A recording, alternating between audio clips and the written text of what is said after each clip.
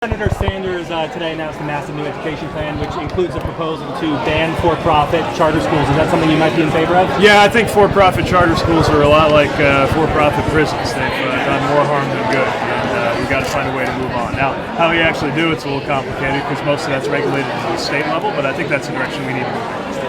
Mr. Mayor, you talked about bullying after last stop. You talked about bullying. Yeah. Do you think it's exacerbated by the current president? Of course it is. I mean, look at the way that hate crimes have gone up on the watch of this president. It matters what message comes out of the Oval Office, what style of leadership is projected.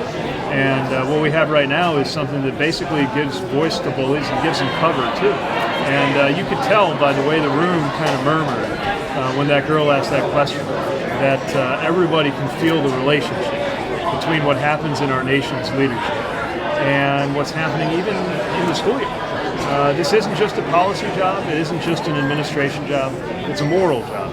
And it's one of the reasons why we need a completely different president. Mr. Mayor, you sent an email earlier to your supporters a couple minutes ago defending your upcoming Fox News town hall, saying that you condemn the voices on Fox and in the media that uncritically amplify hate, but you're still going to reach viewers in good faith. Why did you feel the need to send that to your supporters? And is that a rebuke for Senator Elizabeth Warren, who recently said she's not going to? Every candidate can make their own choices, but I want to make sure my supporters who are part of this campaign understand the strategy and the decision that I've made. And the decision is to reach viewers who might otherwise never hear a Democratic message. I'm concerned that we're retreating into media bubbles, and I think the invitation to do this town hall is an opportunity to penetrate into an echo chamber and bring a different message to viewers who just might be open to what we have to say if they finally heard it. But what about the argument? Thank you. So 1 month has passed since your formal announcement. So how is the campaign going? And also you visited Iowa many times. So what is the It's going very well. We're thrilled with the trajectory. Honestly, we thought it was going to take more time to reach this level, but that's a good thing that we're surprised in that regard.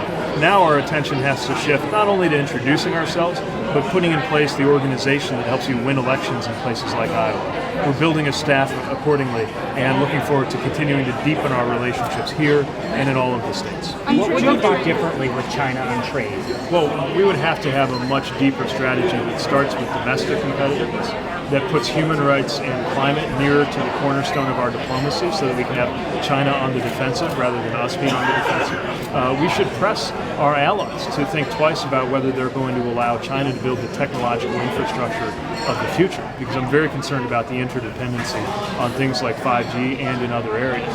And if we're going to press for better trade terms, we'd better do it as part of a strategy that knows what we expect them to do. I don't think that actually happened. I think we just lashed out with some tariffs, and what we're seeing is retaliation, and it's workers and farmers, in particular farmers involved in soy, who are paying the price for it. Do you think that frustration over the prolonged trade war will bring farmers into the Democratic Party? I certainly talked to a lot of farmers who are getting killed, and in a lot of different ways.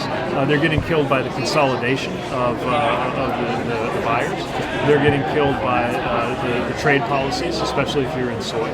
They're also getting killed by climate. I talked to a soy farmer earlier today, said he isn't going to be able to plant at all because their fields are so waterlogged. Weather and climate are not the same thing, but they're definitely related, and we're seeing worse weather. All of these things, I think, are a good moment for Democrats to remind rural America why we have a better message for them than the current president, who I think has been taking them for granted. Joe Biden announced how his kickoff campaign today and spoke a lot about his experience in the federal government and working for Obama. What would you say to voters who question kind of your experience compared to someone like Joe Biden? Well, I obviously don't have the same kind of Washington establishment experience that some other candidates, in fact, most traditional candidates for president generally have. But I think people are looking for answers that come from outside of Washington right now.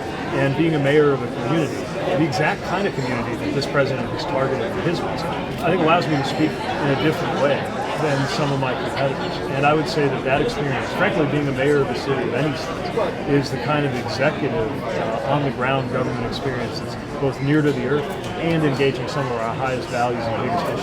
That's as good a preparation as any for the Oval Office.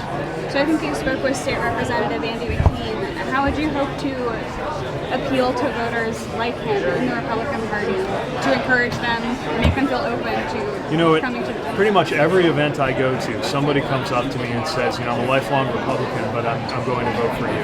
Or I'm a lifelong Republican, but I no longer feel like my party speaks for me. That creates a huge window of opportunity, and it's one of the reasons why I'm talking about themes, freedom, security, family, faith, that maybe have been considered traditionally conservative, but are no longer on display in the modern Republican Party. It's a great chance for us to grow our coalition, and I don't think we have to do it by pretending that our values are different than they are. It's just by talking about them in a more inclusive way and welcoming people when they cross the aisle to become part of it. This race is very long, but are you confident to beat other candidates? How you're different from others? I think most people who take a look at me know that I'm not like the others. It's a long road. There's a lot of candidates, and there's really more of a marathon than a sprint ahead of us. But we are organizing for the long term. I believe our message will continue catching because even now, with comparatively low name recognition, we have vaulted into the top tier. But it's going to take hard work, and that's why you're going to see us a lot in Iowa and from coast to coast, making sure we get that message. All right, y'all. That's it. Thank All right, you. thanks, everybody. Appreciate it.